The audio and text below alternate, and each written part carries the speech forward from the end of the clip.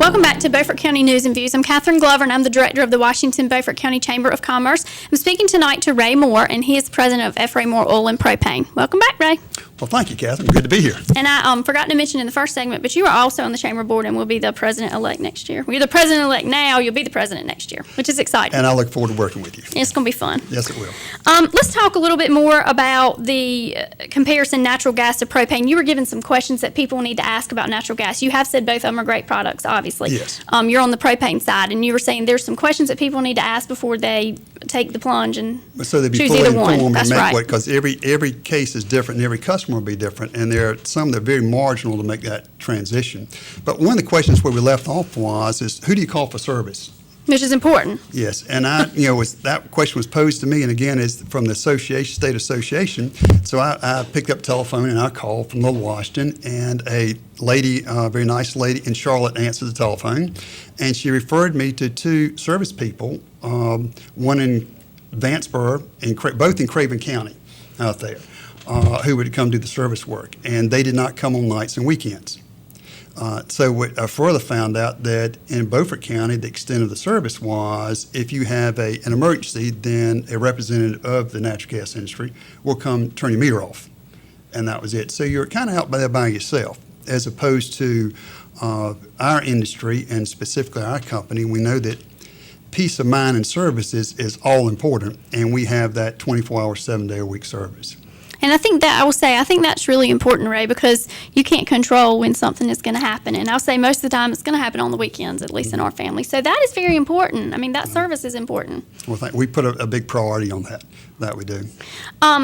So let's talk a little bit more too about the add-ons with natural gas and anything else. You know, you talk about damage to your yard, and is there any other questions that someone needs to ask if they are trying to do natural gas versus propane, just to make sure they're informed? One of the parts like that when you mentioned about damage to yard is that, who owns the underground propane tank, and is there a cost involved in that?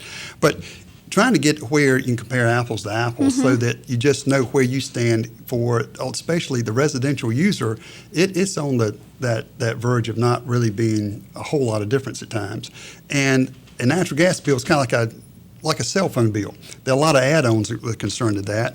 And some topics will be like heat factor, which is adjustment for richness in there. There is an excise tax, which is based on consumption. And I mentioned earlier that weather normalization adjustment. That's a very interesting one where if it's too warm.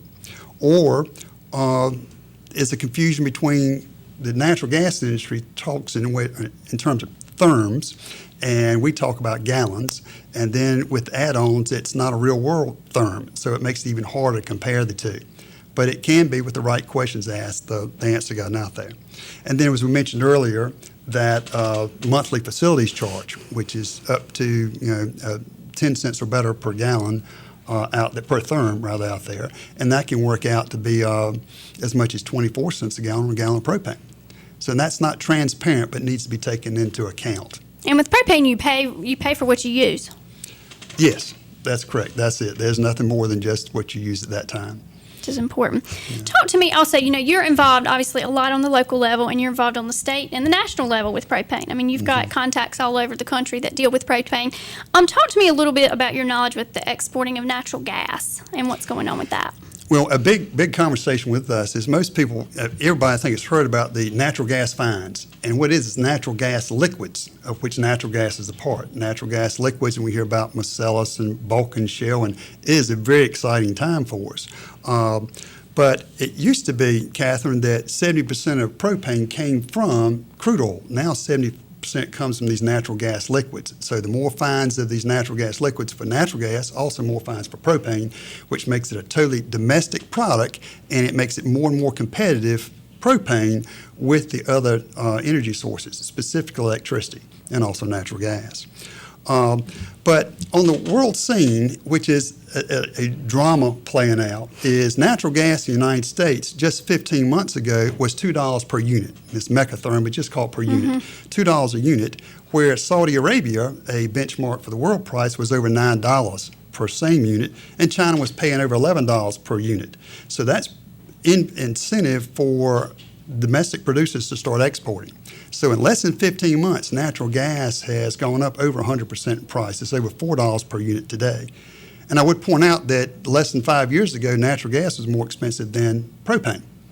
Propane has a domestic market primarily, and so we should see more stability in that as opposed to fluctuation there.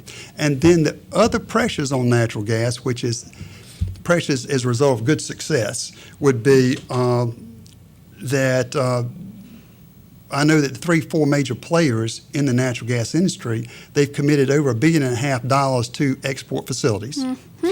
We know that 70% of electricity in the United States is produced by coal, which is not as clean as natural gas. So there's a major conversion to natural gas from coal out there, and that puts upward pressure on natural gas prices. It is. And one I like to do on a comparison between propane and natural gas is that natural gas starts out in Hattiesburg, Mississippi, or Mount Bellevue, Texas, and comes up a pipeline with pumps and stuff transfers to get to you. And we're like a Beaufort County in eastern North Carolina, the end of that line. Whereas natural disasters can disrupt that.